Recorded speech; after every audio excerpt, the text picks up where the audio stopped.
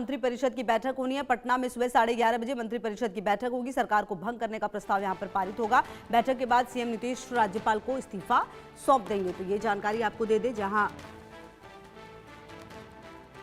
बिहार में प्रचंड जीत मिली है एनडीए को, और अब बैठक होगी जिसमें नीतीश जो है अपना इस्तीफा सौंपेंगे और उसके बाद जो नई सरकार है उसका गठन होगा और जल्दी ही उसकी तारीख भी सामने आ जाएगी कि किस तरीके से ये पूरा आप समझिए अगर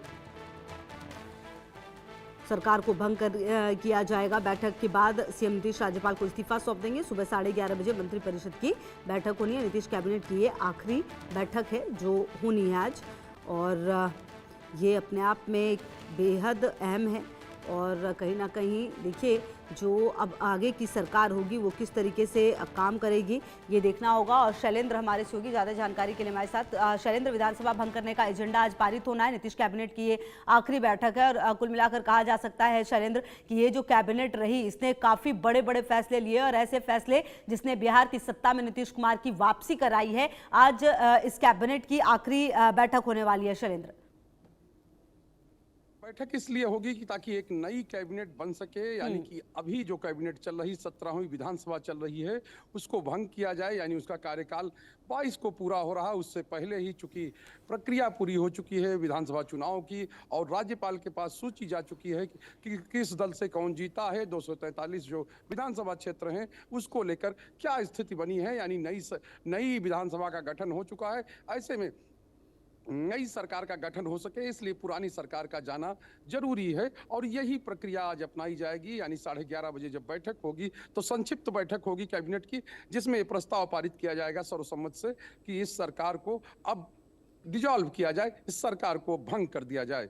और भंग करने का जो प्रस्ताव है, भंग करने की जो चिट्ठी है वो लेकर नीतीश कुमार जो मुख्यमंत्री हैं वो जाएंगे राज्यपाल आरिफ मोहम्मद खान के पास। उसके तुरंत बाद वो जाकर अपना इस्तीफा सौंप देंगे, अपनी सरकार का इस्तीफा सौंप देंगे और कहेंगे कि अब ये जो सरकार है उसको भंग किया जाए। और साफ तौर पर उसी समय एक और चिट्ठी नीतीश कुमार को मिलेगी, यानी मुख्यमंत्री को मिलेगी, और ये कहा जाएगा जब तक नई व्यवस्था नहीं बनती है, नई सरकार नहीं बनती है, तब तक आप कार्यवाहक मुख्यमंत्री के तौर पर काम करते रहिए।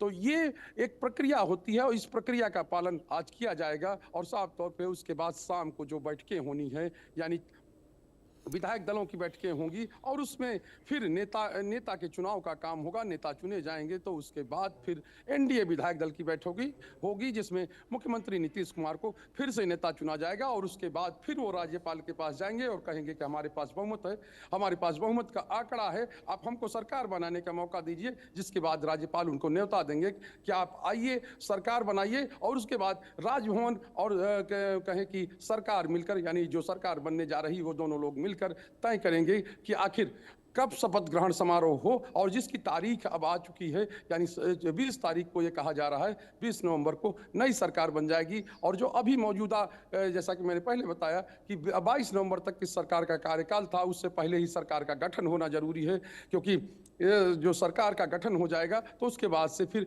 नई सरकार अपना काम कर देना शुरू कर देगी। बिल्कुल। अच्छा शैलेंद्र, 11:30 बजे के करीब ये बैठक जो है वो शुरू होने का वक्त है। उसके बाद कितनी देर ये बैठक चल सकती है, कितनी देर ये सारी प्रक्रिया चलेगी शैलेंद्र?